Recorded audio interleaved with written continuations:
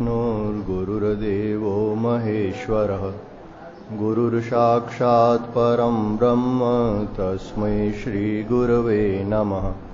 जननीं शारदां देवीं रामकृष्णं जगद्गुरुं पादपद्मे तयोः श्रित्वा प्रणमामि मुहुर्मुहुः। नमः श्रीयतिराजाय विवेकानन्दसूरये सच्चित्सुखस्वरूपाय स्वामिने तापहारिणे शङ्करं शङ्कराचार्यं केशवं बादरायणं सूत्रभाष्यकृतौ वन्दे भगवन्तौ पुनः पुनः। ॐ विघ्नेश्वराय वरदाय सुरप्रियाय लम्बोदराय सकलाय जगद्धिताय नागाननाय श्रुतियज्ञविभूषिताय गौरीसुताय गणनाथ नमो नमस्ते। ॐ सर्वमङ्गलमाङ्गल्ये शिवे सर्वार्थसाधिके शरण्ये त्र्यम्बके गौरी नारायणी नमोऽस्तुते। भवानी शङ्करौ वन्दे श्रद्धाविश्वासरूपिणे याभ्यां विना न पश्यन्ति सिद्धाः स्वान्तस्तमीश्वरम्। दक्षिणे लक्ष्मणो यस्य वामे च जनकात्मजा पुरतो मारुति यस्य तं वन्दे रघुनन्दनं। वसुदेवसुतं देवं कंसचाणूरमर्दनं देवकी परमानन्दं कृष्णं वन्दे जगद्गुरुं। नारायणं नमस्कृत्य नरं चैव नरोत्तमं देवीं सरस्वतीं व्यासं ततो जयमुदीरयेत्। ॐ पार्थाय प्रतिबोधितां भगवता नारायणेन स्वयं व्यासेन ग्रथितां पुराणमुनिना मध्ये महाभारतम् अद्वैतामृतवर्षिणीं भगवतीम् अष्टादशाध्यायिनीम् अम्ब त्वामनुसन्दधामि भगवद्गीते भवद्वेषणीम्। सर्वोपनिषदो गावो दुग्धा गोपालनन्दनः पार्थो वत्सः सुधीर्भोक्ता दुग्धं गीतामृतं महत् दुग्धं गीतामृतं महत्।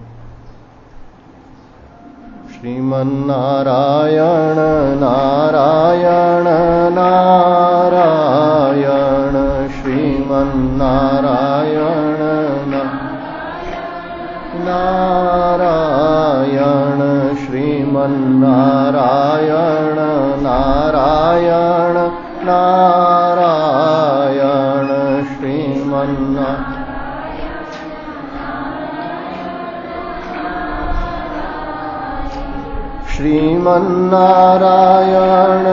नारायण नारायण श्रीमन्नारायण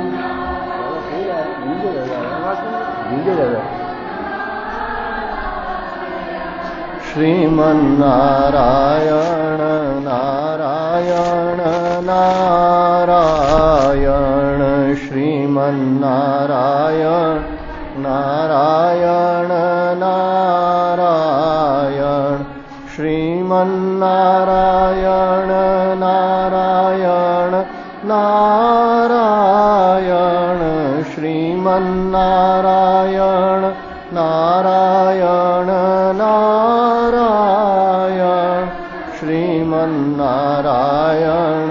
नारायण नारायण श्रीमन्नारायण नारायण नारायण श्रीमन्नारायण नारायण नारायण श्रीमन्नारायण नारायण नारायण श्रीमन्नारायण नारायण नारायण श्रीमन्नारायण नारायण नारायण। बोलिए सच्चिदानंद भगवान की जय। वंदनीय संत चरणों में प्रणाम।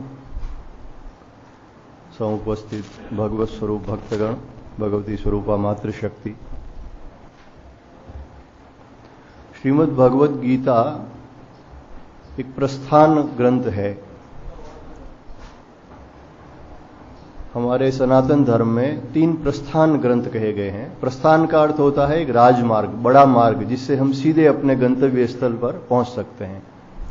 परमात्मा प्राप्ति के जो 3 प्रस्थान ग्रंथ कहे हैं, जिसमें एक ब्रह्म सूत्र है, दूसरे उपनिषद है, उपनिषदों की संख्या काफी है, मुख्य 10 है और वैसे 108 उपनिषद कहे गए हैं, लेकिन इन सब का सार है वो भगवत गीता है।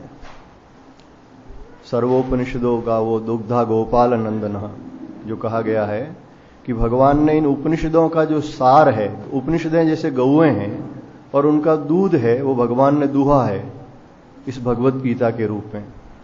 और पार्थो वत्सः सुधीर भोक्ता जो हम मंगलाचरण में कहते हैं, जैसे तो पार्थो वत्सः जो ये अर्जुन है वो तो एक बछड़ा है, और जो विवेकी लोग हैं वो इस दूध को पीने वाले हैं।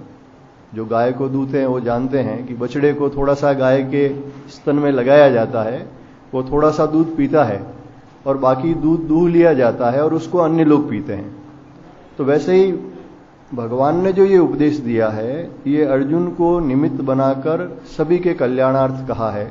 ऐसा भाष्यकार भगवान शंकराचार्य कहते हैं, अर्जुन निमित्तीकृत सर्वलोक कल्याणार्थम। तो इसमें भगवान ने जो भी उपदेश दिया है उसके लिए अर्जुन तो पात्र था ही, अधिकारी था और उनको तो लाभ मिला ही है, लेकिन इस गीतामृत को पीने वाले जो सुधीर भोक्ता कहा है, जो विवेकी पुरुष हैं, वो कौन है? वो आप लोग ही हैं जो इस गीतामृत को पी रहे हैं। इस संसार के असंख्य लोग हैं जिन्होंने इस भगवत गीता को सुनकर अपना कल्याण किया है। इसलिए इसे प्रस्थान ग्रंथ कहते हैं। ये सीधा राजमार्ग है परमात्मा प्राप्ति का। भगवत गीता के सत्संग में मनोरंजन भली नहीं होगा, लेकिन ये मनोभंजक है, ऐसा कहा जाता है, क्योंकि इस सत्संग में मनोरंजन विशेष होता है, लेकिन ये मनोरंजक नहीं है, मनोभंजक है। ये हमारे मन का भंजन करता है, मन के अंदर छुपी हुई कामनाओं वासनाओं को दूर करता है। और हमारे सत्संग का मुख्य उद्देश्य भी यही होना चाहिए कि संसार से वैराग्य हो और ईश्वर से अनुराग हो। सत्संग का यही उद्देश्य है कि मन का भंजन हो, मन की कामनाएं वासनाएं दूर हो, ईश्वर में अनुराग हो और इस संसार से वैराग्य हो। इसी के लिए तो हमें ये तन मिला है। गोस्वामी तुलसीदास जी महाराज ने विनय पत्रिका में ये जो कहा है, दियो सुकुल जन्म स्वरूप सुंदर हेतु जो फल चारि को, जो पाई पंडित परम पद पावे पुरारी मुरारी को। कहते हैं ये जो सुकुल में, अच्छे कुल में आपको जन्म मिला, ये जो स्वस्थ शरीर मिला, ये भगवान ने कृपा करके आपको किस लिए दिया है? इससे चारों पदार्थ मिल सकते हैं, यानी धर्म अर्थ काम मोक्ष चारों प्राप्ति हो सकती है।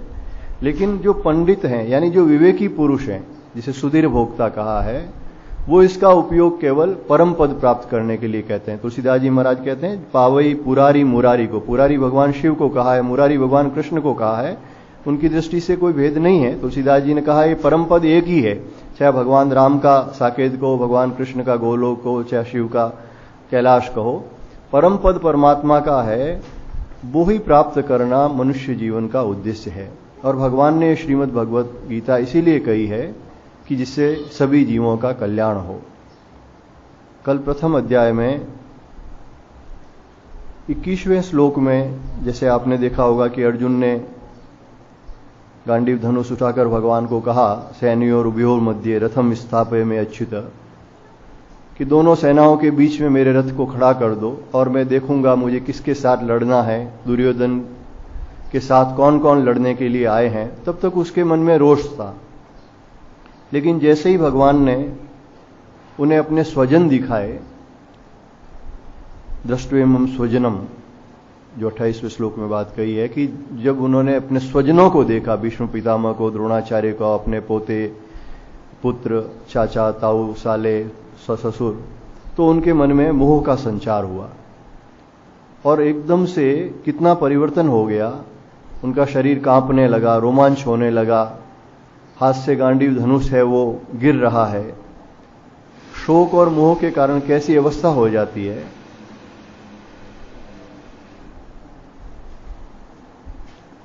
फिर अर्जुन ने जो तर्क दिए कि मुझे तो त्रिलोकी का राज्य भी नहीं चाहिए ये युद्ध करके, इस पृथ्वी के राज्य की तो बात ही कहाँ है। फिर उसने कहा जिनके लिए हम ये राज्य और धन चाह रहे हैं वो स्वयं ही जीवन की आशा छोड़कर हमारे सामने लड़ने के लिए खड़े हैं।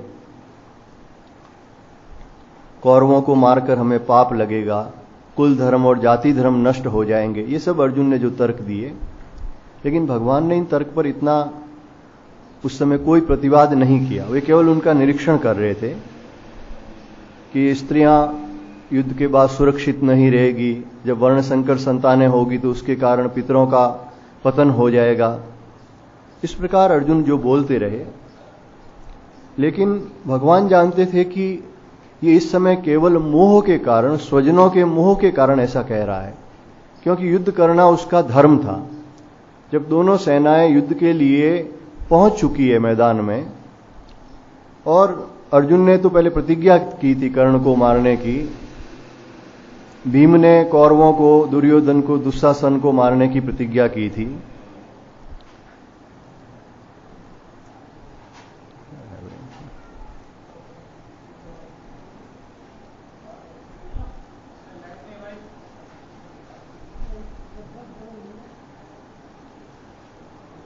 फिर मां कुंती का आदेश भी था जिसे वो किसी हालत में टाल नहीं सकते थे। मां कुंती ने कहा था कि जिस काल के लिए क्षत्राणी एक पुत्र को जन्म देती है वो समय आ गया है, इसलिए युधिष्ठिर, भीम, अर्जुन सबको कहना कि तुम्हें युद्ध करना है। तो ये सभी जो कारण थे उससे युद्ध होना तो निश्चित ही था, लेकिन उस मोह के कारण एवं मुक्त्वा अर्जुन संख्ये रथोपस्थ उपाविशत विसृज्य सहशरम चापम शोक संविघ्न मानसः। ये जो प्रथम अध्याय का अंतिम श्लोक था कि अर्जुन है वो रथ के पिछले हिस्से में जाकर बैठ गया और शोक संविघ्न मानसः, शोक से ग्रस्त है। उसी अंतिम श्लोक को आधार बनाकर द्वितीय अध्याय की शुरुआत होती है। ओम श्री परमात्मने नमः। अथ द्वितीयोऽध्यायः। संजय उवाच तं तथा कृपयाविष्टमश्रुपूर्णाकुलेक्षणं विषीदन्तमिदं वाक्यमुवाच मधुसूदनः। संजय बोले, इस प्रकार करुणा से व्याप्त और आंसुओं से पूर्ण तथा व्याकुल नेत्रों वाले शोक युक्त उस अर्जुन के प्रति भगवान मधुसूदन ने ये वचन कहे। यानी जो पिछले श्लोक में जिस प्रकार से बताया उस प्रकार से अर्जुन की स्थिति थी, जो आंखें थी वो आंसुओं से पूर्ण थी, वो शोक युक्त था। तो भगवान कृष्ण ने एक बार उन्हें एक तरह से कुछ कड़ी बात कही कि तुम इस समय, जिस समय युद्ध के मैदान में खड़े हो, जिस समय तुम्हें युद्ध करना है, तुम्हें ये असमय मोह कैसे पैदा हो गया। मधुसूदन शब्द जो भगवान के लिए एक आया है, मधु नामक दैत्य का नाश करने के कारण भगवान कृष्ण का एक नाम मधुसूदन भी है। मतलब विष्णु के अवतार में, जो जैसे मार्कंडेय पुराण में आता है, तो मधु और कैटभ का विष्णु भगवान ने नाश किया था, और भगवान कृष्ण विष्णु भगवान के अवतार ही माने जाते हैं, इसलिए उनका एक नाम मधुसूदन भी है। श्री भगवान उवाच कुतस्त्वाकश्मलमिदं विषमे समुपस्थितम् अनार्यजुष्टम अस्वर्ग्यम अकीर्तिकरम अर्जुन। भगवान कहते हैं, हे अर्जुन, तुझे इस समय असमय में ये कश्मल यानी ये कालिक, मोह, कायरता किस हेतु से प्राप्त हुई? क्योंकि न तो यह श्रेष्ठ पुरुषों द्वारा आचरित है, न स्वर्ग को देने वाला है और न कीर्ति को करने वाला है। यानी जब शस्त्र संपात होने वाला था, इधर शंख भेरी बज चुकी थी, यहां तक कि भगवती दुर्गा की स्तुति की और भगवती दुर्गा ने अर्जुन को आशीर्वाद दिया कि तुम्हारी युद्ध में विजय होगी, और उसके बाद इस प्रकार का कश्मल आना कि अब मैं युद्ध नहीं करूंगा, तो भगवान कहते हैं ये कैसे तुम्हारे मन में कायरता आ गई। और असमय में, ये विषम समय है जिस समय की युद्ध होना निश्चित हो गया है, और पांडवों की तरफ से सबसे अधिक जिनको भरोसा था लड़ने का वो भीम और अर्जुन ही थे। कौरवों की तरफ जैसे भीष्म पितामह, कर्ण, दुर्योधन आदि थे, द्रोणाचार्य, कृपाचार्य थे, उसी प्रकार से पांडवों की तरफ से प्रमुख योद्धा जो थे वो भीम और अर्जुन ही थे। तो भगवान कहते हैं ऐसे असमय में तुम्हारे हृदय पे ये कायरता, ये मोह कैसे व्याप्त हो गया। भगवान कहते हैं कि न तो ये श्रेष्ठ पुरुषों द्वारा आचरित है, अनार्यजुष्टम अस्वर्ग्यम, न ये स्वर्ग देने वाला है, और अकीर्तिकरम, न ये कीर्ति को करने वाला है। अर्थात जो भी हम सत्कर्म करते हैं इस संसार में, उन सत्कर्मों के प्रायः 3 उद्देश्य होते हैं। सर्वश्रेष्ठ उद्देश्य तो जो होता है, जिसे भगवान ने सबसे पहले कहा कि श्रेष्ठ पुरुषों द्वारा आचरित, यानी श्रेय मार्ग, मुक्ति, भगवान की प्राप्ति। तो श्रेष्ठ सत्कर्म का जो श्रेष्ठ उद्देश्य है वो तो भगवत प्राप्ति है। अगर हम जो भी सत्कर्म करें उसे निष्काम भाव से ईश्वर प्रीति अर्थ करेंगे तो हमें भगवत प्राप्ति होगी। भगवान कहते हैं जो दूसरी श्रेणी के लोग होते हैं, जिनको अभी भगवत प्राप्ति का उद्देश्य नहीं है, तो वो स्वर्ग की प्राप्ति के लिए भी कर सकते हैं। जैसे कुछ दान पुण्य देते हैं हम कि जिससे हमें परलोक में मिलेगा या हम अच्छी गति को प्राप्त करेंगे, इस प्रकार से हम सत्कर्म करते हैं, यज्ञ करते हैं, दान करते हैं, तपस्या करते हैं, उसका भी विधान है। तो जो लोग स्वर्ग आदि लोकों में जाना चाहता है, उच्च लोकों में जाना चाहता है, तो उस प्रकार का सत्कर्म करता है। और तीसरा प्रकार का जो है कि कीर्ति के लिए, जो इस संसार में अगर हम सत्कर्म करेंगे तो हमारी कीर्ति होगी, समाज में, देश में लोग हमें, हमारी प्रशंसा करेंगे, ये भी एक भाव होता है। तो भगवान ने श्रेष्ठ बात सबसे पहले कही, अनार्यजुष्टम, यानी जो श्रेय मार्ग, या तो जो भी सत्कर्म कर रहा है उसका उद्देश्य श्रेय होना चाहिए, भगवत प्राप्ति, वो नहीं है तो स्वर्ग प्राप्ति के लिए हो सकता है या इस संसार में कीर्ति के लिए हो सकता है। लेकिन तुम्हारा ये जो युद्ध नहीं करने का निर्णय है, इसमें तो ऐसी एक भी बात नहीं है, क्योंकि जो क्षत्रिय है और युद्ध के मैदान में आने के बाद में आतताई लोगों को नहीं मारकर अगर वापस लौट जाता है तो उससे पहले तो इस लोक में अकीर्ति होगी। फिर उसको अगर वो पीछे से लोग मार भी देंगे तो वो स्वर्ग को प्राप्त नहीं करेगा, क्योंकि वीरता से जो वो लड़ते हुए मारे जाते हैं उसी की स्वर्ग प्राप्ति कही गई है। और जो निष्काम भाव से इसको स्वधर्म मानकर जगत कल्याण के लिए युद्ध कर रहे हैं तो उन्हें परमात्मा प्राप्ति होती है। तो भगवान कहते हैं ये तीनों तरह से ही तुम्हारे लिए श्रेयस्कर नहीं है। फिर आगे कहते हैं, क्लैब्यम मास्मगमः पार्थ नेतत्वयुपपद्यते क्षुद्रम हृदय दौर्बल्यम त्यक्तोत्तिष्ठ परंतप। हे अर्जुन, तू नपुंसकता को मत प्राप्त हो, तुझमें यह उचित नहीं जान पड़ती। हे परंतप, हृदय की तुच्छ दुर्बलता को त्याग कर युद्ध के लिए खड़ा हो जा। भगवान यहां कुछ कड़ी बात कहते हैं, अर्जुन को कहते हैं कि तू क्लैब्यम, मतलब जो नपुंसक व्यक्ति होता है, हिजड़ा जिसे हम कहते हैं, एक जो कोई व्यक्ति वीर होता है, कहते हैं भाई ये मर्द व्यक्ति है, पुरुष है, और एक नपुंसक व्यक्ति, एक कायर व्यक्ति को नपुंसक कहते हैं। अब अर्जुन जैसे महारथी को भगवान ने ऐसा कड़ा शब्द कहा, लेकिन वो उनके मित्र थे, सखा थे। जैसे अर्जुन ने भी भगवान को कहा था रथ को दोनों सेनाओं के बीच में खड़ा कर दो, उसमें स्वामित्व का भाव उनके पास था, अर्जुन के पास में।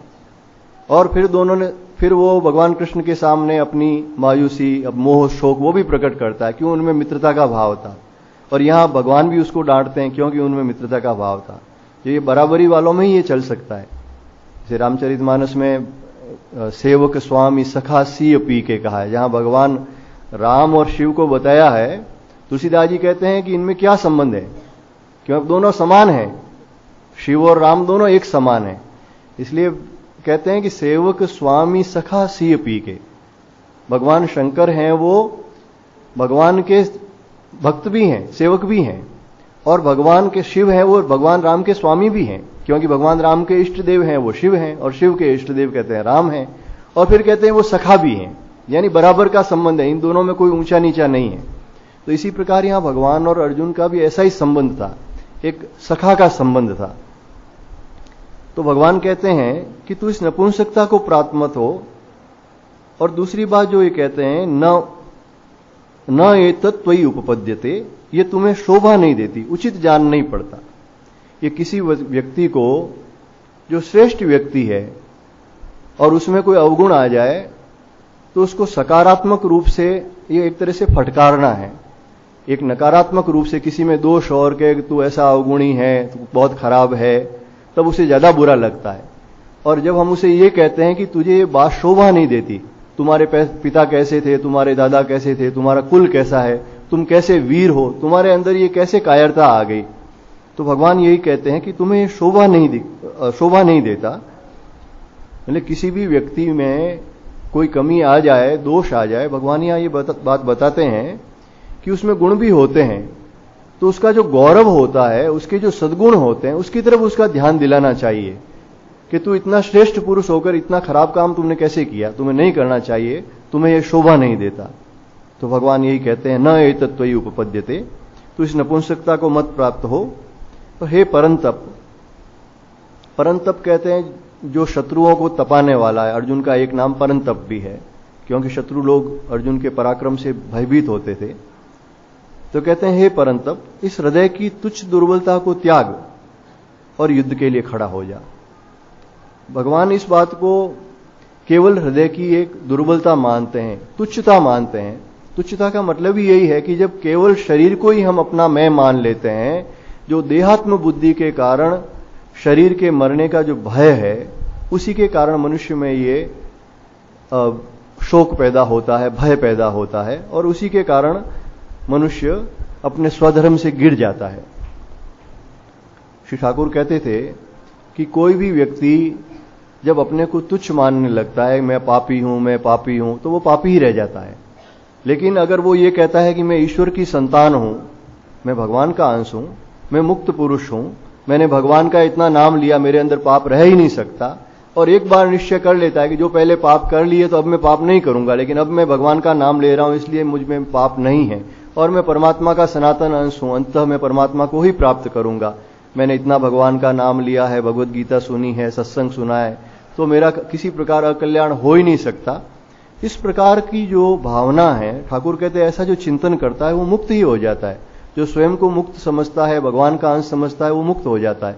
जो हमेशा दुर्बलता से ग्रस्त रहता है, कायरता से ग्रस्त रहता है, मैं दीनहीन हूं, मैं पापी हूं, मैं संसार में बहुत दुखी हूं, वो दुखी ही रहता है, पापी ही रहता है।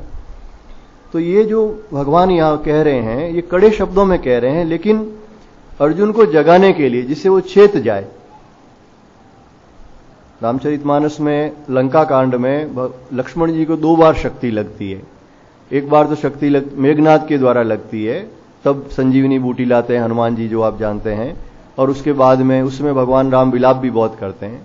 लेकिन जब संजीवनी बूटी लाते हैं, वो खड़े हो जाते हैं, फिर वापस युद्ध में जाते हैं, तो रावण के द्वारा एक बार और उनको शक्ति लगती है, फिर लक्ष्मण बेहोश हो जाते हैं। लेकिन उस समय भगवान राम संजीवनी बूटी वगैरह मंगाने का नहीं कहते, केवल उनको अपने स्वरूप का स्मरण कराते हैं।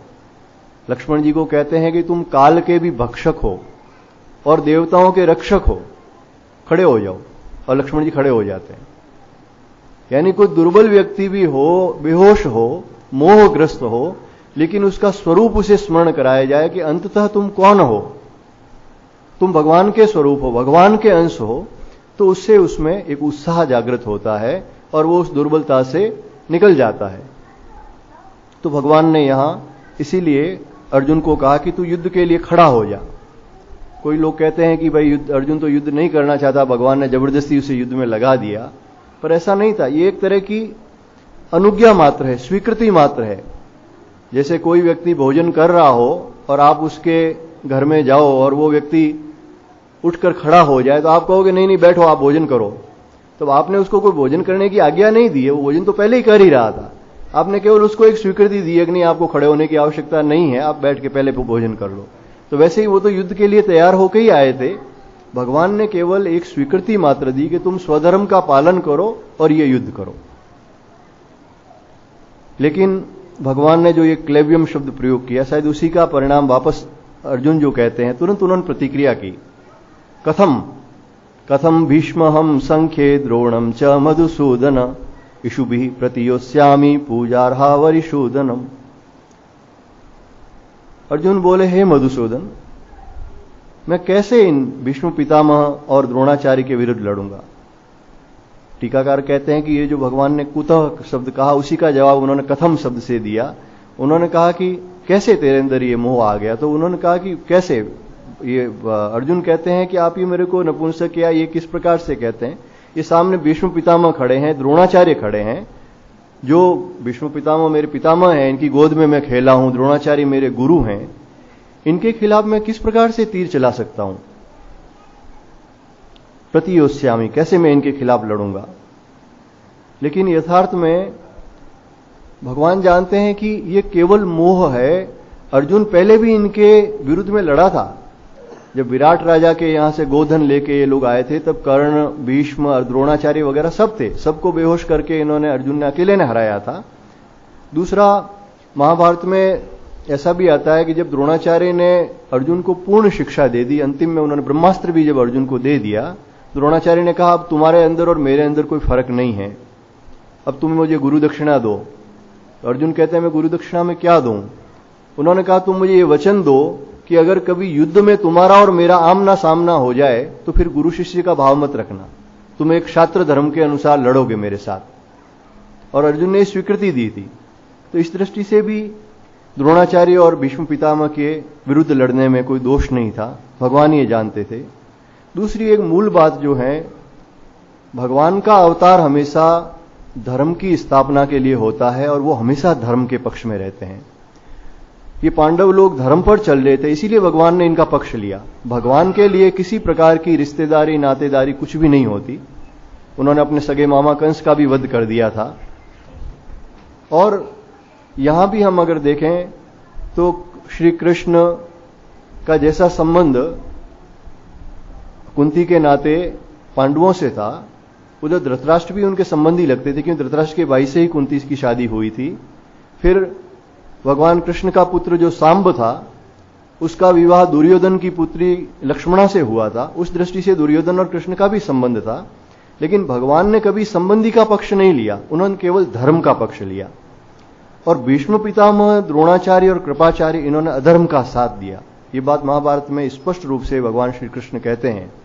जब संजय वहां दूत बनकर जाते हैं पांडवों के पास में, तो भगवान कृष्ण कहते हैं कि अगर द्रौपदी के अपमान के समय में तुम में से किसी एक ने भी विरोध किया होता तो वो मेरा प्रिय व्यक्ति होता, चाहे द्रोणाचार्य हो, चाहे भीष्म हो, चाहे कृपाचार्य हो। लेकिन तुम लोगों ने किसी ने विरोध नहीं किया, इसलिए इन सब का विनाश है वो अवश्यंभावी है।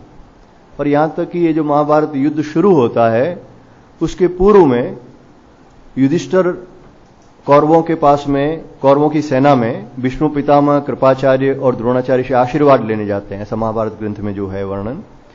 तो तीनों एक ही बात कहते हैं युधिष्ठिर को कि हम अर्थ के दास हैं, अर्थ किसी का दास नहीं है, मनुष्य अर्थ का दास होता है। ये बात कहते हैं जो उनकी योग्यता के अनुरूप उनको शोभा बात नहीं देती। भीष्म पितामह, द्रोणाचार्य, कृपाचार्य तीनों यही बात कहते हैं। मूल महाभारत में अगर पढ़ें तो वो कहते हैं कि मनुष्य अर्थ का दास होता है और ये अर्थ किसी का दास नहीं है, इसलिए हम तुम्हारे साथ में नहीं लड़ सकते, हम दुर्योधन के साथ ही लड़ेंगे। तो जो केवल अर्थ का साथ देता है, भगवान कहते हैं उनके साथ लड़ने में कोई पाप नहीं है। जो धर्म का साथ देता है उसी के साथ रहना चाहिए, अधर्म का साथ देता है उनके विरुद्ध हमेशा लड़ना चाहिए। फिर भी अर्जुन जो कहते हैं कि मैं इनके खिलाफ किस प्रकार से लड़ूं, गुरून् हत्वा हि महानुभावान् श्रेयो भोक्तुं भैक्ष्यमपीह लोके हत्वार्थ कामांस्तु गुरूनिहेव भुंजीय भोगान् रुधिरप्रदिग्धान्। अर्जुन कहते हैं इन महानुभाव गुरुजनों को मारकर मैं लोक में भिक्षा का अन्न भी खाना कल्याणकारक समझता हूं, क्योंकि गुरुजनों को मारकर तो इस लोक में रुधिर से सने हुए अर्थ और कामरूपी भोगों को ही तो भोगूंगा। अब यहां पर फिर अर्जुन जो बात कहते हैं ये भी तर्कसंगत, धर्म सम्मत नहीं कहते हैं। क्यों? अब अर्जुन मोहग्रस्त हैं। वो कहते हैं कि मैं इस युद्ध करने की बजाय, गुरुजनों को मारने की बजाय मैं भिक्षा का अन्न लेना ज्यादा पसंद करता हूं, यानी मैं भिक्षा मांग कर खा लूंगा। जबकि भिक्षा लेने का अधिकार जो हमारे शास्त्रों में बृहदारण्यक उपनिषद में कहा गया है, जो सन्यासी 3 एषणाओं का त्याग कर देता है, त्रिएषणा जिसे कहा है, धन की एषणा जिसे वित्तेषणा कहा है, पुत्रेषणा यानी स्त्री पुत्र की इच्छा, और लोकेषणा मान बढ़ाई की इच्छा, इन तीनों का जो त्याग करता है वही भिक्षान्न का अधिकारी होता है। एक ब्राह्मण होता है वो भिक्षान्न का अधिकारी होता है, और ब्राह्मण भी वही जिनमें तीनों एषणाएं नहीं है। क्यों? पहले ब्राह्मण जितने भी थे वो साधु की तरह ही जीवन व्यतीत करते थे। तो जो तपस्या कर रहा है, साधन भजन कर रहा है, नित्य त्रिकाल संध्या कर रहा है, वो भी भिक्षान्न का अधिकारी है। जो नौकरी करने वाले भिक्षान्न के अधिकारी नहीं है। जो नौकरी नहीं करते हैं और केवल जो साधन भजन लेके बैठे हैं वो भिक्षान्न के अधिकारी हैं। तो ब्राह्मण या सन्यासी ही भिक्षान्न के अधिकारी हैं। वो क्षत्रिय थे, गृहस्थ थे, इस हिसाब से अर्जुन को किसी भी प्रकार का भिक्षान्न का अधिकार नहीं था। विधिवत संन्यास लेने के बाद में वो भिक्षान्न के अधिकारी हो सकते थे, लेकिन उस समय में केवल उन्हें अपने स्वधर्म का, युद्ध का ही पालन करना था। फिर आगे अर्जुन कहते हैं, न चेत विद्मः कतरन्नो गरीयो यद्वा जयेम यदि वा नो जयेयुः यानेव हत्वा न जिजीविषाम स्तेव स्थिता प्रमुखे धार्तराष्ट्रा। हम तो ये भी नहीं जानते कि हमारे लिए युद्ध करना और न करना, इन दोनों में से कौन सा श्रेष्ठ है, अथवा यह भी नहीं जानते कि उन्हें हम जीतेंगे या हमको वे जीतेंगे। और जिनको मारकर हम जीना भी नहीं चाहते, वे हमारे आत्मीय धृतराष्ट्र के पुत्र हमारे सामने मुकाबले में खड़े हैं। अब यहां देखो, आप इस श्लोक से स्पष्ट मालूम होता है कि अर्जुन भीतर से बिल्कुल कमजोर हो गया था। उसे लगा कि मैं जो भगवान कृष्ण के सामने जो युद्ध नहीं करने के बारे में तर्क दे रहा हूं, ये वास्तव में धर्मसम्मत नहीं है। ये उसे स्वयं समझ में आ रहा था, क्योंकि यहां एक संभ्रम की स्थिति दिखाई दे रही है। पिछले श्लोक में अर्जुन कहता है कि मैं इन गुरुजनों को मारना नहीं चाहता, लेकिन यहां कह रहा है कि हमें यही नहीं मालूम कि वो हमें मारेंगे या हम उन्हें मारेंगे, वो जीतेंगे या हम जीतेंगे। और फिर ये धृतराष्ट्र के पुत्र तो हमारे आत्मीय हैं, जबकि वो पूर्ण शत्रु थे, तो ये भी हमारे सामने खड़े हैं। तो ये एक संभ्रम की स्थिति है, भ्रम की स्थिति है कि मैं क्या करूं क्या नहीं करूं। अब यहां पर अर्जुन का शिष्यत्व प्रकट होता है। कार्पण्य दोषोपहत स्वभावः पृच्छामि त्वां धर्म सम्मूढ़ चेतः यश्रेयः स्यान्निश्चितं ब्रूहि तन्मे शिष्यस्तेऽहं शाधि मां त्वां प्रपन्नम्। यहां अब वो जो शिष्य भाव से एक जिज्ञासा प्रकट करता है कि मैं कार्पण्य दोष से, इस कायरता रूपी दोष से, कृपणता से उपहत हुआ हूं। उपहत, हत का मतलब होता है मृत, उपहत मतलब मृत प्राय हो गया हूं, निश्चेत हो गया हूं। और ऐसे स्वभाव वाला, धर्म के विषय में मोहित चित्त हूं, धर्म सम्मूढ़ चेतः, धर्म के विषय में मोहित चित्त हूं कि मेरा धर्म क्या है, कर्तव्य क्या है, मुझे ये ज्ञात नहीं है। मैं आपसे पूछता हूं कि जो साधन निश्चित कल्याणकारक हो वह मेरे लिए कहिए, क्योंकि मैं आपका शिष्य हूं, इसलिए आपके शरण हुए मुझको शिक्षा दीजिए। यहां पर जो शिष्यत्व प्रकट होता है उसका, यहां ही एक तरह से भगवत गीता का इसे बीज कहा गया है। ये कार्पण्य दोष जो है, कृपणता जो शब्द कहा गया है हमारे शास्त्रों में, कृपण का मतलब सामान्य अर्थ है कंजूस, पर जो कृपण शब्द है उसके मूल में बात क्या छिपी हुई है कि हृदय की संकुचित अवस्था। जो कृपण व्यक्ति होता है तो उसके मन में यह होता है कि धन केवल मेरे लिए है। उसी प्रकार से जो व्यक्ति इस शरीर को ही अपना मानता है कि ये केवल शरीर मेरा है और मेरे लिए है, या ज्यादा से ज्यादा अपने परिवारजनों के लिए है, तो इस प्रकार का व्यक्ति कृपण कहा जाता है, जिसका हृदय बिल्कुल दुर्बल हो जाता है, संकुचित हो जाता है। बृहदारण्यक उपनिषद में ही गार्गी और इनके संवाद में याज्ञवल्क्य को कहते हैं, यो वा एतदक्षरम गार्गी अविदित्वा अस्मात् लोकात् प्रेति स कृपणो। जो इस संसार से भगवान को जाने बगैर केवल मैं ये शरीर हूं और इस शरीर के ही सुख भोगने हैं, इस प्रकार जानते हुए इस संसार से जो चला जाता है, याज्ञवल्क्य भगवान कहते हैं वो कृपण है। मतलब संकुचित है, उसने जीवन का उद्देश्य प्राप्त नहीं किया, केवल अपने शरीर के सुख के लिए ही वो जीता रहा। अथच एतदक्षरम गार्गी विदित्वा अस्मात् लोकात् प्रेति स ब्राह्मण। जो इस ब्रह्म तत्व को, इस परमात्मा को जानकर इस लोक से जाता है वही ब्राह्मण है, यानी ब्रह्मज्ञ है, परमात्मा प्राप्त पुरुष है। इसमें स्त्री पुरुष या किसी जाति वाति की बात नहीं है। जो परमात्मा को जान लेता है वो निश्चित रूप से ब्राह्मण ही है। भक्त की जैसे कोई जात नहीं होती जो कहा जाता है। और जो इस परमात्मा को प्राप्ति किए बगैर ही इस संसार से केवल अपने शारीरिक सुख भोग को करते हुए जाता है, उसे कृपण कहा गया है। तो यहां अर्जुन अपनी कृपणता को स्वीकार करते हैं कि मैं वास्तव मोहग्रस्त हो गया हूं और अब मैं आपका शिष्य हूं, मेरे लिए क्या कल्याणकारक है, अब आप बताइए।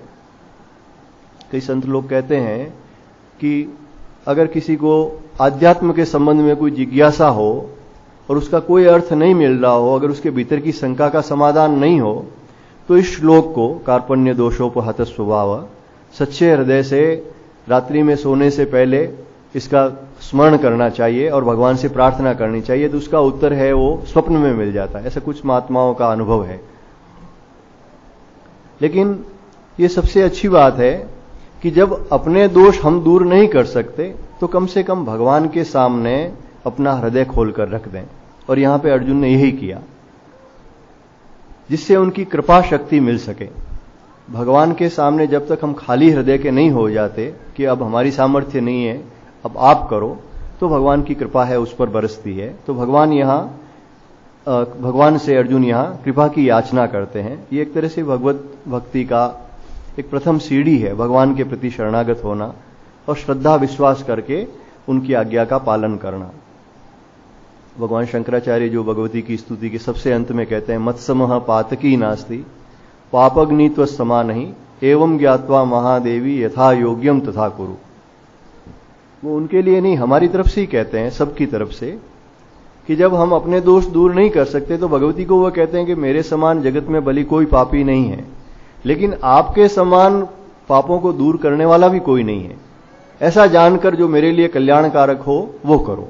तो यहां अर्जुन भी भगवान श्री कृष्ण से यही कहते हैं कि मैं तो धर्म के बारे में सम्मूढ़ चेता हूं और इस कायरता से निश्चेत हो गया हूं, मृत प्राय हो गया हूं, लेकिन आप अब मेरे लिए जो कल्याणकारक है वो कीजिए। नहीं प्रपश्यामि ममापुनुद्याद् यच्छोकमुच्छोषणमिन्द्रियाणाम् अवाप्य भूमाव सपत्नमृद्धम् राज्यम सुराणाम अपि चाधिपत्यम।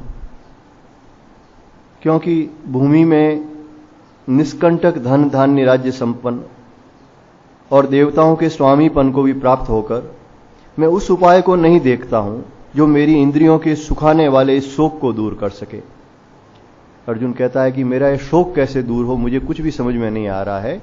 इसलिए चाहे पूरा संसार का राज्य मुझे मिल जाए या देवताओं का भी स्वामी, मुझे स्वर्ग का अधिपति बना दिया जाए, तो भी मेरा शोक दूर नहीं हो रहा है। आप मुझे इस शोक से पार कीजिए। इस प्रकार से भगवान से प्रार्थना करते हैं। संजय उवाच एवं उक्त्वा ऋषिकेशं गुडाकेशः परन्तप न योत्स्य इति गोविंद मुक्त्वा तूष्णीं बभूवः। संजय बोले, हे राजन, निद्रा को जीतने वाले अर्जुन अंतर्यामी भगवान श्री कृष्ण के प्रति इस प्रकार कहकर फिर श्री गोविंद भगवान से मैं युद्ध नहीं करूंगा यह स्पष्ट कहकर चुप हो गए। भगवान शंकराचार्य ने प्रथम अध्याय से लगाकर इस दूसरे अध्याय के इस 9वें श्लोक तक भाष्य नहीं किया है। उन्होंने ये कहा है कि ये पूरी स्थिति एक मोहग्रस्त व्यक्ति की है, एक शोकग्रस्त व्यक्ति की है, और जहां भी हमारा मोह होगा इस संसार में वहां से हम शोक से बच नहीं सकते। जिसके प्रति भी मोह होता है उससे हमें शोक झेलना पड़ता है। तो ये मोहासक्त शोकग्रस्त व्यक्ति की स्थिति है। और विषाद व दुख से विवेकी पुरुष के हृदय में इस संसार के सुखों से वैराग्य व भगवत तत्व की जिज्ञासा उत्पन्न होती है। वो ये कहते हैं कि ये जो विषाद योग है ये भी हमारे अंदर एक जिज्ञासा उत्पन्न करना चाहिए। जिस प्रकार अर्जुन के मन में जिज्ञासा हुई कि मेरा श्रेय मार्ग क्या है, मेरा कल्याण किस में है। और जैसे माता कुंती ने कहा था कि हे जगत गुरु, मुझे निरंतर विपत्ति दीजिए। क्यों? अपुनर्भव दर्शनम, कि फिर ये इस भवसागर का फिर मेरे को दर्शन नहीं हो। आपकी जब विपत्ति होगी लगातार तो आपका स्मरण होगा, आपका दर्शन होगा, और आपके स्मरण और दर्शन का फल क्या होगा कि इस भवसागर का फिर दर्शन नहीं होगा। जन्म मरण के बंधन से मैं हमेशा हमेशा के लिए छूट जाऊंगी। तो भगवान शंकराचार्य भी कहते हैं कि इस विषाद जब भी आए संसार में, कोई शोक का अवसर आए, उस समय हमारे मन में इस संसार से वैराग्य होना चाहिए, ईश्वर का अनुराग होना चाहिए, अधिक से अधिक ईश्वर का स्मरण होना चाहिए और भगवत तत्व की ही जिज्ञासा होनी चाहिए।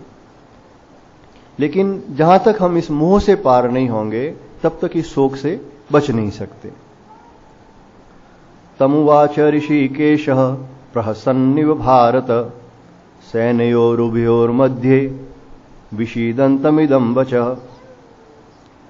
उसके बाद हे भरतवंशी धृतराष्ट्र, ये संजय कह रहे हैं, अंतर्यामी श्री कृष्ण महाराज दोनों सेनाओं के बीच में शोक करते हुए उस अर्जुन को हंसते हुए से ये वचन बोले, प्रसन्निव, परम प्रसन्न। देखो उस युद्ध के मैदान में भी भगवान है वो नित्य प्रसन्न है। ये भगवान की एक विशेषता है। भगवान राम जैसे उनको राज्य मिलने वाला था तो भी प्रसन्न थे, उनको वनवास मिला तो भी वो वैसे ही प्रसन्न थे। अरण्यकांड में आप देखेंगे कि भगवान राम के जब सीता का वियोग हो गया, सीता जी चूंकि विलाप कर रही थी, भगवान राम भी विलाप कर रहे थे, लेकिन थोड़े चौपाई बाद ही हम देखते हैं कि भगवान है वो एक वृक्ष के नीचे बैठे परम प्रसन्न कृपाला। जो चौपाई अर्धाली मुझे याद है यहां तक, परम प्रसन्न कृपाला, भगवान परम प्रसन्न बैठे हैं। अब परम प्रसन्नता क्या होगी? उसके पहले सुग्रीव को नहीं मिले थे, शबरी को नहीं मिले थे, अभी तक तो सीता का कहीं पता ही नहीं लगा था कि सीता को कौन लेके गया है, लेकिन फिर भी भगवान परम प्रसन्न थे। ये उनका ईश्वर का एक मुख्य लक्षण है। श्री मां शारदा कहते थे कि मैंने जीवन में कभी भी श्री ठाकुर को चिंताग्रस्त नहीं देखा। उनके चेहरे पे हमेशा एक हास्य रहता था, आनंद रहता, जो उनके चित्रों में भी दिखता, हर जगह वो एक अपने आनंद में नित्य मग्न रहते थे। भगवती की स्तुति में भी जैसा हम कहते हैं, ईशत सहास ममलम परिपूर्ण चंद्र, शक्रादि स्तुति में जो आता है, ईशत सहास, वो ईश्वरीय हास, वो ईश्वरीय प्रसन्नता आपके चेहरे पर है। ये भगवान का एक लक्षण है। तो यहां संजय कहते हैं कि भगवान इस प्रकार से प्रसन्निव, प्रसन्न चित्त से अर्जुन को कहते हैं, क्योंकि वो नित्य योगस्थ है, अपने परमात्मा भाव में स्थित है। इस सुख दुख का, युद्ध का, मरने का, जीने का उनके ऊपर कोई असर नहीं होता। श्री भगवान उवाच अशोच्यानन्वशोचस्त्वं प्रज्ञावादांश भाससे गताशून गताशूंश्च नानुशोचन्ति पंडिताः।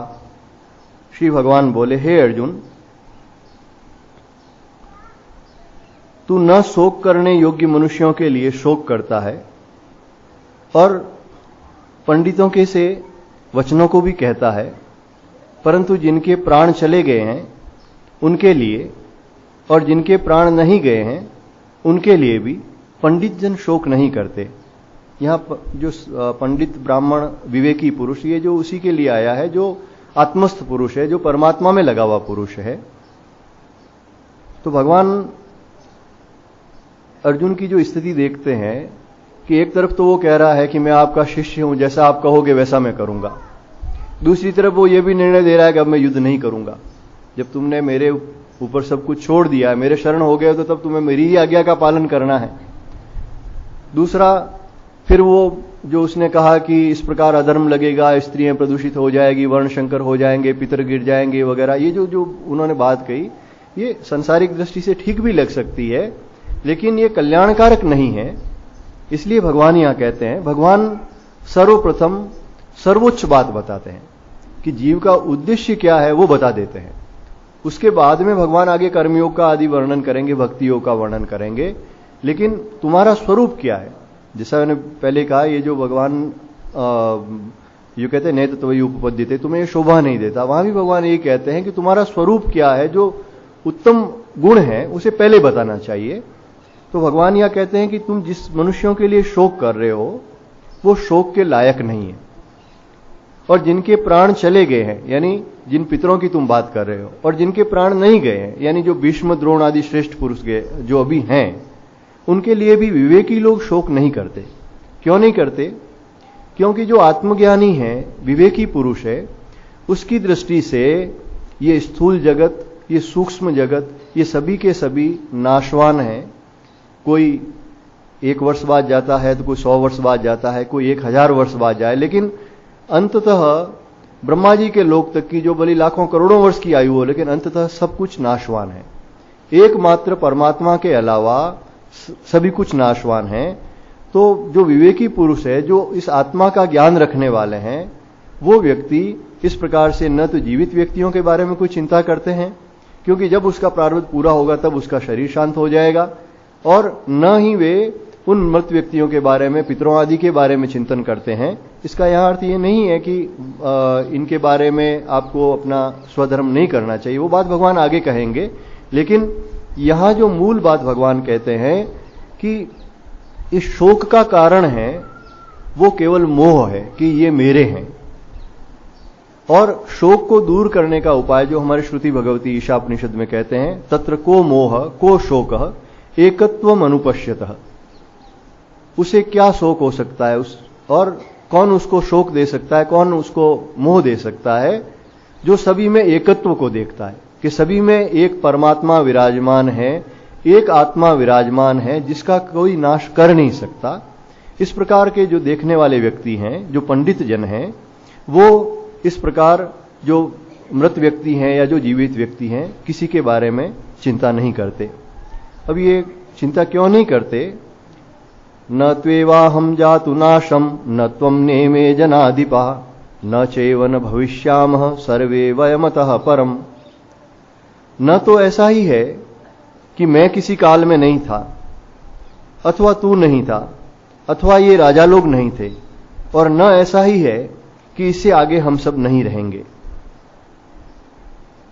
भगवान कहते हैं कि तू जो शरीर के लिए जो शोक कर रहा है वो तो सामने है, और ये जाएगा ही निश्चित रूप से। तुम लोग जानते हो कि शरीर शांत होगा, लेकिन जो आत्मा है उस रूप में ऐसा कोई काल नहीं था जिस काल में मैं नहीं था, और वो आत्मा ही तुम्हारा सच्चा स्वरूप है।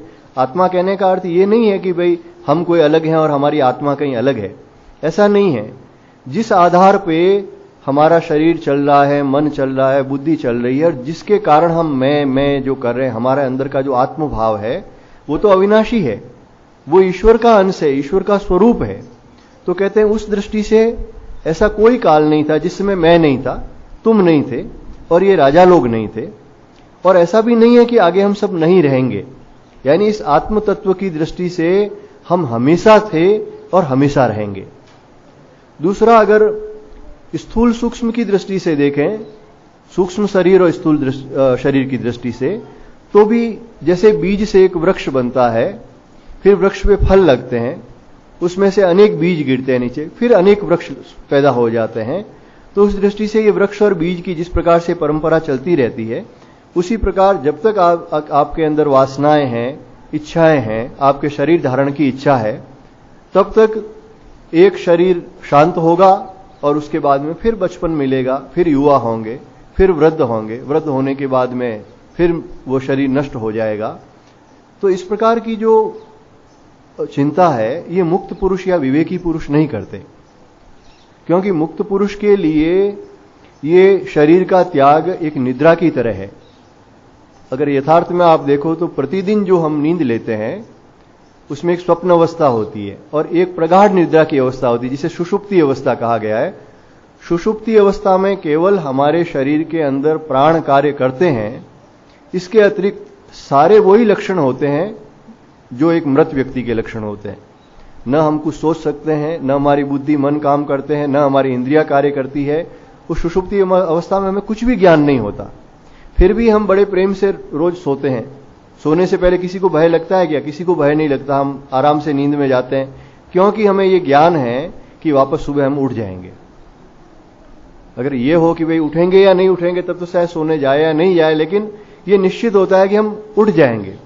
लेकिन एक जो मुक्त पुरुष होता है, जिसे परमात्मा साक्षात्कार हो जाता है, आत्म साक्षात्कार हो जाता है, उसके पूर्व में उसे पूर्व जन्मों की भी स्मृतियां हो जाती है। ये जैसे बाद में 4थे अध्याय में भगवान कृष्ण कहेंगे कि तुम्हारे कितने अर्जुन जन्म हुए हैं उसे तुम नहीं जानते, लेकिन मैं सब जानता हूं, मेरे और तुम्हारे सभी जन्मों को। तो जो मुक्त पुरुष होते हैं, अवतार पुरुष होते हैं, उन्हें अपने पूर्व जन्म का भी पूर्ण ज्ञान होता है, और आत्मा की दृष्टि से वो बिल्कुल इस देह से अलग अपना अनुभव करते हैं। भगवान श्री रामकृष्ण परमहंस कहते थे कि एक नारियल होता है, वो जब तक गीला होता है उसका खोपरा अंदर चिपका हुआ रहता है, पानी रहता है तब तक, लेकिन जैसे ही वो पानी सूख जाता है, नारियल जब सूख जाता है, तो ऊपर का खोपड़ा और अंदर जो गिरी होती है वो बिल्कुल अलग हो जाती है। अब उसको बजाते हो तो अलग लगता है कि ऊपर का आवरण अलग है और भीतर का खोपरा अलग है। तो वैसे ही अगर हम स्वधर्म का आचरण करें, संसार की कामनाएं वासनाएं हृदय से निकाल लें, इस शरीर से मुझे सुख भोगना है, इस प्रकार की इच्छा निकाल दें, निर्वाह मात्र अपने आप होता रहेगा, ये ईश्वर की व्यवस्था है। निर्वाह के अतिरिक्त इस शरीर को मुझे अधिक समय तक रखना है, मैं ज्यादा से ज्यादा जीऊं और ज्यादा से ज्यादा संसार का सुख भोगूं, ये जब तक इच्छा रहेगी तब तक देहात्म बुद्धि रहेगी, यानी इस आत्म तत्व को देह से अलग हम अनुभव नहीं कर सकते। और जैसे ही हमारे हृदय से ये वासनाएं कामनाएं निकल जाती है, जैसे नारियल का पानी सूख जाता है, वैसे हमारी जैसे ही वासनाएं कामनाएं सूख जाती है, हमें आत्म तत्व का अनुभव होता है इसी देह में, इसी हृदय में, कहीं दूर जाने की आवश्यकता नहीं। तब जब मनुष्य अपना स्वरूप जान लेता है कि मैं ये हूं, मैं ये आत्म स्वरूप हूं, और ये शरीर है, ये ऊपर एक खोल की तरह है, जो गिरेगा नष्ट हो जाएगा, लेकिन मेरा कुछ नहीं है इसमें, इस प्रकार का जब भाव हो जाता है तो उसे किसी भी प्रकार का भय नहीं होता। ऐसे मुक्त पुरुषों को तो ये शरीर है, ये भार के रूप में लगता है। ये कबीर जी कहते थे कि कब हमें कब मिलसी कब भेंट सी और पूर्ण परमानंद। कबीर जी कहते हैं सब लोग मौत से डरते हैं, लेकिन मैं तो इंतजार कर रहा हूं कि कब मैं उन परमानंद से मिलूंगा, कब ये शरीर छूट जाए और मैं उस परमात्मा के साथ में एक हो जाऊंगा। तो ऐसे मुक्त पुरुषों को जिस प्रकार से मृत्यु का भय नहीं होता, वैसे ही भगवान कह रहे हैं कि तुम और हम सभी स्वरूपतः मुक्त हैं, केवल अज्ञान के कारण हमने शरीर को मैं मान रखा है, और इसी कारण से इस शरीर को मैं ज्यादा से ज्यादा रखूं और इससे सुख भोग करूं, इस वासना के कारण बार बार देह मिलता है और देह का भय भी बना रहता है। जिस समय मेरे को भजन ही करना है, अगर अधिक आयु भगवान ने दी तो अधिक समय तक भजन करूंगा, बहुत अच्छी बात है, लेकिन अगर आज भी शरीर शांत हो जाए तो कोई बात नहीं, हम भगवान के धाम में ही जाएंगे, इस प्रकार का भाव हो तो उसे किसी भी प्रकार के देह त्याग का भय नहीं हो सकता। तो भगवान आगे कहते हैं, देहिनोस्मिन् यथा देहे कौमारम यौवनम जरा तथा देहांतर प्राप्तिर धीरस्तत्र न मुह्यति। जैसे जीवात्मा की इस देह में बालकपन, जवानी और वृद्धावस्था होती है, वैसे ही अन्य शरीर की प्राप्ति होती है। उस विषय में धीर पुरुष मोहित नहीं होते। ये भगवान ने जो पंडित, विवेकी, धीर पुरुष, ये जो शब्द विवेकी पुरुषों के लिए किया गया, जो इस आत्मा के विषय में जानते हैं, तो कहते हैं विकार का विषय होने पर भी जिनके मन में विकार नहीं आता, ऐसे लोगों को धीर पुरुष कहा गया है। तो धीर पुरुष इसमें मोहित नहीं होते। एक बात और हम देखते हैं कि इस दूसरे अध्याय में जो 11वें श्लोक से 30वें श्लोक तक भगवान ने संस्कृत के किसी श्लोक में आत्मा, ईश्वर या ब्रह्म शब्द प्रयोग नहीं किया है। इसमें भगवान ने देही या शरीरी इस प्रकार का शब्द प्रयोग किया, देही न शरीर।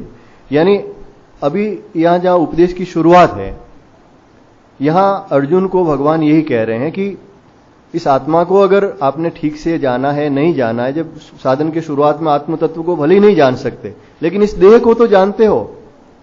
ये देह नाशवान है, इसे तो हम जानते ही हैं। ये शरीर है, विकारग्रस्त है, जैसे बचपन में रहता था वैसा युवावस्था में नहीं है, और युवावस्था में जैसा था वृद्धावस्था में नहीं है।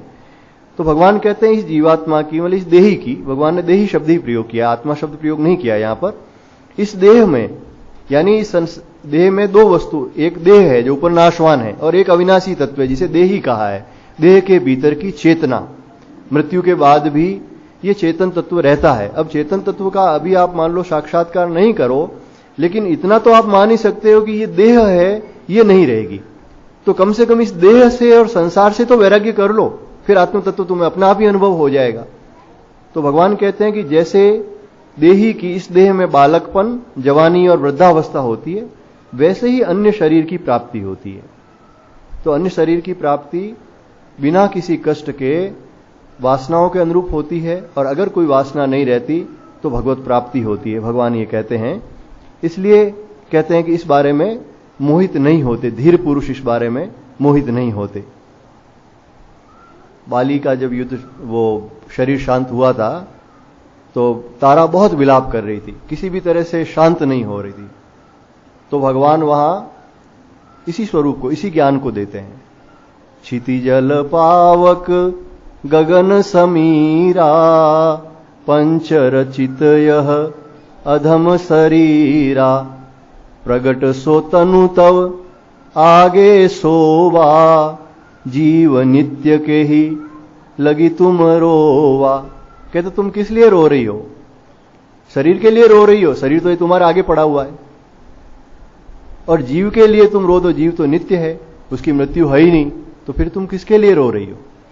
तो भगवान ने ये जब कहा कि ये जो शरीर है ये तो चिति जल पावक गगन समीरा, इन पंचभूतों का, पृथ्वी तत्व, जल तत्व, आकाश तत्व, वायु तत्व, अग्नि तत्व, इन 5 तत्वों से बना हुआ शरीर है और 5 तत्वों में ये मिल जाता है, तो इसके लिए तो रोने का अर्थ नहीं। और भगवान ने अधम शरीर कहा है, अधम है। क्यों अधम? इसीलिए कि इसमें देखो तो आप विकार ही विकार है। केवल हम इसमें प्राण हैं तभी तक हम इस शरीर से प्रेम करते हैं। बाकी आप देख लो तो शरीर की इस वस्तु को, एक भी वस्तु को, चाहे नख हो, चाहे केस हो, चाहे चमड़ी हो, चाहे हड्डी हो, चाहे इसमें जो भी वस्तु है, ऐसी एक भी वस्तु नहीं है जिसे आप छूना भी पसंद करेंगे अगर वो अलग से पड़ी हुई है तो। सब की सब अपवित्र वस्तुएं हैं। इसलिए भगवान ने इसे अधम कहा है कि शरीर तो नित्य अधम ही है और जो जीव है वो नित्य है और परमात्मा का अंश है, इसलिए वो नित्य पवित्र ही है। तो भगवान कहते हैं कि जो धीर पुरुष है वो इसके लिए मोहित नहीं होता।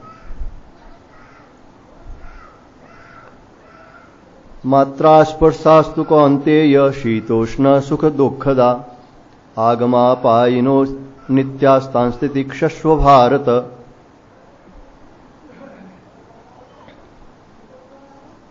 हे कुंती पुत्र, सर्दी, गर्मी और दुख सुख देने वाले इंद्रिय और विषयों के संयोग तो उत्पत्ति विनाशील है और अनित्य हैं। इसलिए हे भारत, इनको तू सहन कर। तो भगवान कहते हैं कि आत्मदृष्टि से तो तुम्हें शोक करना ही नहीं है।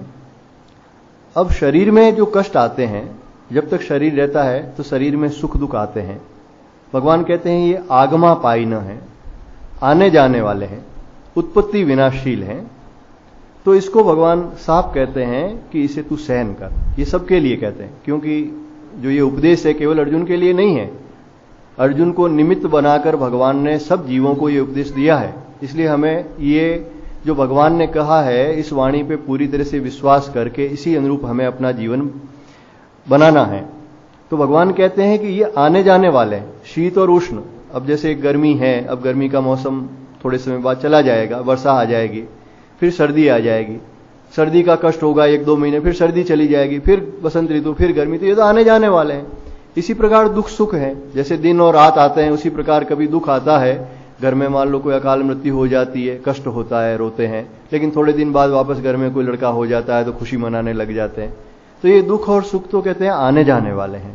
तो भगवान कहते हैं तान तितिक्षस्व भारत, इसे सहन कर। सहन करने का अर्थ क्या है कि इसमें हर्ष और विषाद मत कर। जब कोई खुशी का मौका हो तो बहुत अधिक हर्षित होने की जरूरत नहीं है, ठीक है, ईश्वर की इच्छा से हुआ, अच्छी बात है। और अगर कोई शोक भी आ जाए, विषाद का कारण हो, तो भी प्रभु की इच्छा से जैसा हुआ।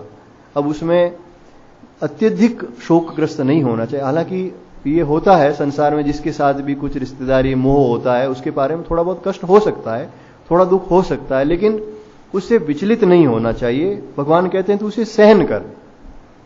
भगवान श्री रामकृष्ण परमहंस कहते थे कि कोई बड़ा तूफान आता है नदी के अंदर, समुद्र के अंदर, तो जो छोटी छोटी नौकाएं होती है वो बिल्कुल उलट जाती है, डूब जाती है। लेकिन जो बड़े जहाज होते हैं उनको भी थोड़ा धक्का लगता है, थोड़े बहुत इधर उधर होते हैं, लेकिन बाद में वो स्थिर हो जाते हैं।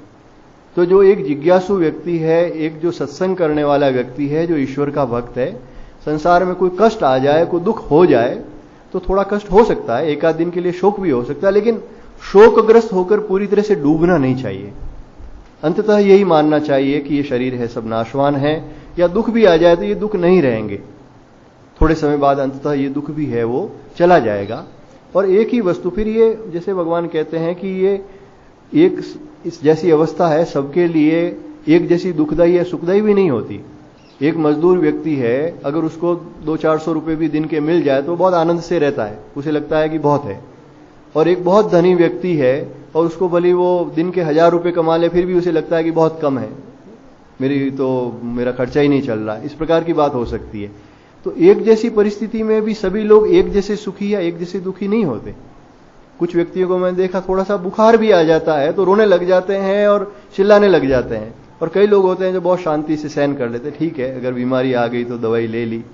तो इस प्रकार भगवान कहते हैं ये दुख सुख, सर्दी गर्मी, इसके माध्यम से भगवान ने सब कह दिया है कि जो इंद्रिय और विषयों के सहयोग से होते हैं, जो पंच इंद्रिय हैं, ज्ञानेन्द्रियां, विषयेंद्रियां, ये जो कर्मेंद्रियां, ज्ञानेन्द्रियां, और जो मन है, इसके माध्यम से विषयों का भोग होता है। और विषयों का जब सुख कारक आपके अनुकूल जब भोग होता है तो हमें हर्ष होता है, और कोई प्रतिकूल अवस्था आती है तो हमें विषाद होता है। तो भगवान कहते हैं ये दोनों ही नहीं होना चाहिए, ये आने जाने वाले हैं और इसमें तू इनको सहन कर। आज यहीं पर विराम देते हैं, फिर आगे की चर्चा अगले सत्संग में। श्री कृष्ण गोविंद हरे मुरारे, हे नाथ नारायण वासुदेव। श्री कृष्ण गोविंद हरे मुरारे, हे नाथ नारायण वासुदेव। हे नाथ नारायण वासुदेव, हे नाथ नारायण वासुदेव।